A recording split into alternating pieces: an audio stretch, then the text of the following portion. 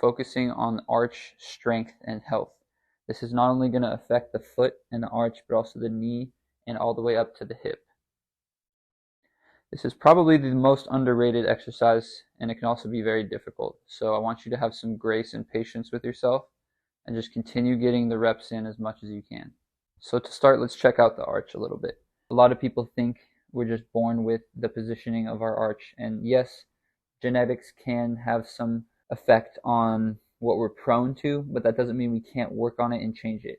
So the arch here has muscles, and when they get relaxed, these 2 points will come apart and the arch can drop in, down, and towards the ground. At the same time as that's relaxing and dropping toward the ground, it creates this pronation inside of the foot, the ankle, and as you can see, it also pulls the knee with it into this internal rotation. This is not a stable or safe position for us. Additionally, as you can see here with the big toe, when the big toe is inside, pushed this direction from shoes with a tight toe box, it promotes even more pronation here. It really allows this foot to collapse inside when that toe has gone inside. So what we want to work on is spreading of the foot. It is ideal to wear barefoot shoes or even go barefoot. If you are going to wear other types of shoes, you really want to find the ones with a wide toe box that allows your foot to spread completely. Now, if you've been wearing really tight shoes, it's going to feel like the wider shoes might be too big for you. But it's not that they're too big, it's that your foot is already compressed into a really small position and it takes time for it to spread back out. So you got to give it time in the reps.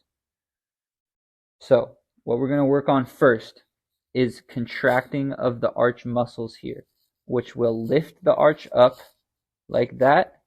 That's the lifting.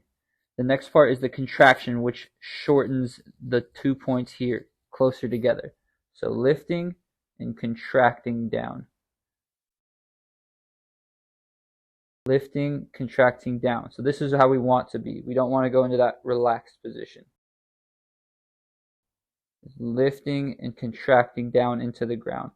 Pushing 3 points of contact. One at the ball on the inside of the foot. One just across, which we call the lateral ball of the foot. And then one at the heel. So 3 points of contact for each foot. We're going to work on lifting that arch and engaging the arch muscles. Now, like I said, this also comes up into the leg. So as we lift that and engage the arch muscles, you'll see the knees rotating out, the leg externally rotating. The muscles of the lateral leg will turn on. This is all good stuff that's going to help. We can hold this position, keeping those arches engaged, really feeling that pull of the musculature all the way up into the hip or at least the lateral leg. And then once we're ready, we can go ahead and just relax that. We're not going to relax back into pronation though. We don't want to go here. We're going to relax, just relax the arch muscles, but try to keep this lifted slightly. Now at the beginning, sometimes when we go to lift this and externally rotate the leg, this portion will come off of the ground. What we want to do is work to place that back down. Now ideally, we don't roll back in to get it down. If it's lifted off here, just engaging this portion of the foot down, but keeping the arch lifted. That's the goal. Now with everything, the more we exercise and work things out, the tighter they'll get. So we are going to have to increase our rehab. Something that I like to use is a lacrosse ball. You could use a tennis ball, a baseball, any ball, or even a water bottle, anything round.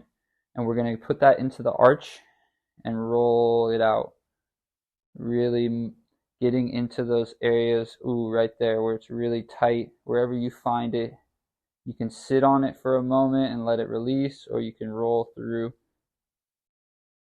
But we want to make sure we're putting the time in to rehab these muscles because we're going to be working them out.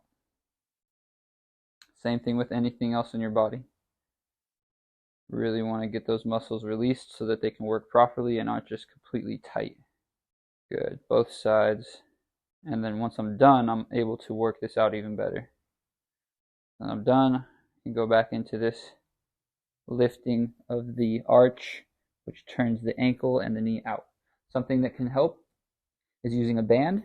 You can put the band around the ankle, and that gives you a little bit of resistance, so your body kind of knows where to go, going into that resistance there, up and into that, and then holding. You can almost start pushing the feet obviously into the ground, but trying to spread the ground in between you, pulling apart.